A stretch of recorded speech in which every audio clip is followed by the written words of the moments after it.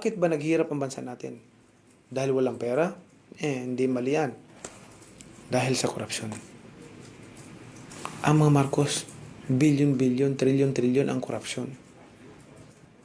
Tapos iboboto natin, talagang ang talino natin. Di ba? Ang talino talaga natin. Ano nang nangyari? Bakit tayo nagkahiwa-hiwalay? Bakit tayo nag-aaway-away? Kung sinong nakaupo, may mga kumukontra. Ang programa ng ating Pangulo ay napakaganda. Doon sa Bagong Pilipinas po, kasama po doon, ang isa sa nagustuhan ko, yung sustainable livelihood. Sustainable livelihood at saka pabahay. Alam niyo po, bago ko ituloy yan, topic na yan, gusto ko lang po sabihin sa inyo na ako'y natutuwa at masaya dahil sa naiambag kong karangalan sa ating bansa at ang bansang Pilipinas